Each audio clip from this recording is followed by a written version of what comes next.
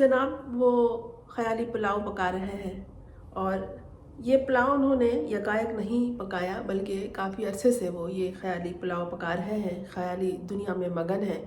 اور اس خیالی پلاؤ کی تیاری کے لیے انہوں نے بوری بھر بھر کے پیسہ خرچ کیا ہے، اور انہیں اپنے پیسے پہ ہی تو ناز ہے، ورنہ دماغ تو ان کا خالی ہے، دماغ میں تو ان کے بھوسا بھرا ہے۔ اور انہوں نے اب خود ہی کہہ دیا ہے کہ میں بری تو ہو گیا ہوں بہت سارے مقدمات سے، میرے دل و دماغ میں سوالات انگارے کی طرح سلگ رہے ہیں۔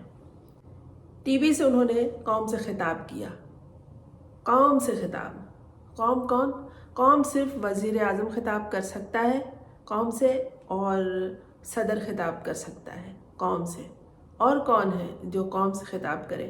ہاں، یہ وہ الو قوم ہے جسے یہ بیوقوف سمجھتے ہیں، تو انہیں یہ اپنی قوم، بلکہ انہیں کہلوانا چاہیے کہ رعایا سے خطاب کر رہے ہیں، اپنی رعایا، فقیر، مسکین، مجبور رعایا سے۔ لیکن انہوں نے یہ کہلوایا کہ جناب نواز شریف قوم سے خطاب کریں گے، اور انہوں نے قوم سے، کیونکہ اپنے خیالی دنیا جو ہے ان کی، اس میں تو وہ احمقوں کی جنت میں رہتے ہیں، اور جہاں خیالی پلاؤ پکائے جاتے ہیں، اور اپنے آپ کو وہ وزیر اعظم سمجھتے ہیں، اور ان کی جو نقل و حرکت ہے وہ وزیر اعظم کی ہی ہے۔ یاد نہیں ہے آپ کو؟ میموری ریکال کیجئے کہ جب وہ ایئرپورٹ پہ تشریف لائے تھے تو ان کے لیے نادرا خود وہاں پہنچ گیا تھا کہ جناب ہمارا وزیر اعظم آیا ہے۔ اگر آپ وزیر اعظم بھی ہیں تو آپ کو ایک عام آدمی کی طرح چل کے جانا ہوگا ان اداروں تک جہاں لوگ جاتے ہیں، تب آپ رہنما بن سکتے ہیں، تب آپ لیڈر کہلائیں گے۔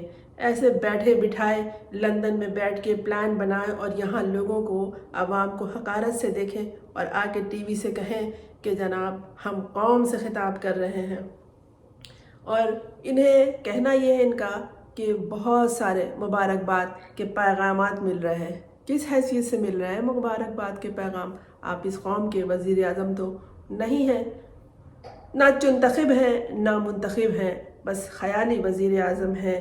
انہوں نے کہا کہ نون لیگ کا ہر کارکن مبارکباد کا حقدار ہے۔ اصل میں انہوں نے اپنے کارکنوں سے خطاب کیا تھا، لیکن کارکنوں کو بھی وہ اس موقع پر، جب کہ الیکشن کے تذکرہ کا دور ہے یہ، تو اس میں بھی انہوں نے اپنے کارکنوں کو اہمیت نہیں دی۔ یہی تو وہ وقت ہوتا ہے جہاں کارکنوں کی اہمیت ہوتی ہے کہ الیکشن ہونے والے ہیں، ان کے دروازے پہ ان سے ووٹ مانگنے پہنچ جاؤ، ان سے خطاب کرو، انہیں بلاؤ، ان سے وعدے کرو، انہیں خواب دکھاؤ۔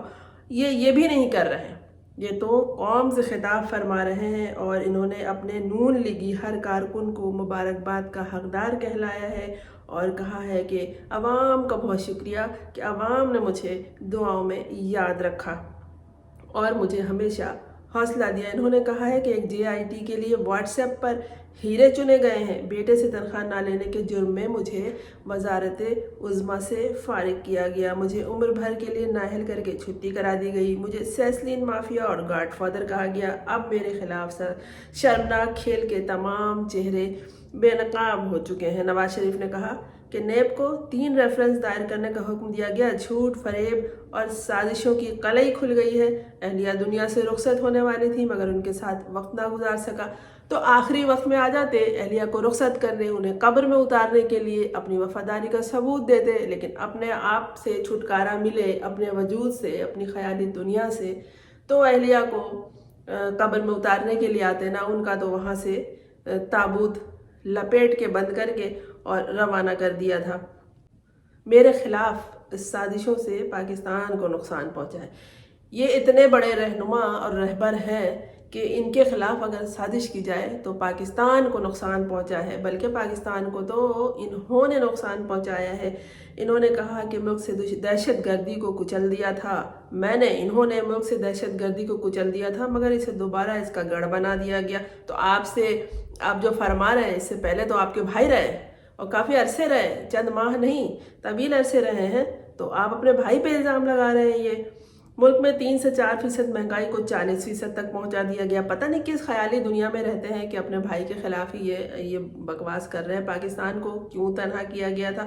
ان کا کہنا ہے کہ میرے دل و دماغ میں سوالات انگارے کی طرح سلگ رہے ہیں، وہ جو بھوسا ہے وہ